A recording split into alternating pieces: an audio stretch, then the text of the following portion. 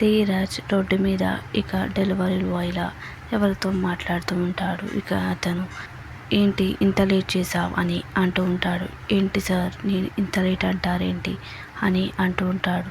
లేదు నువ్వు చాలా లేట్ చేసావు, నువ్వు ఇక్కడి నుంచి బస్సులో వెళ్ళయ్యా వెళ్ళు అని అంటూ ఉంటాడు. ఇక ఆ మాటకి రామరాజు చూస్తూ ఉంటాడు.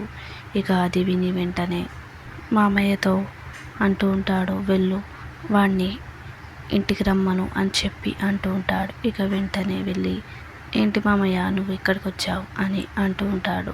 ధీరజ్ నేనే కాదు అక్కడ చూడు ఎవరున్నారు అని చూపిస్తూ ఉంటాడు. ఇక నాన్నని అలానే చూస్తూ ఉంటాడు.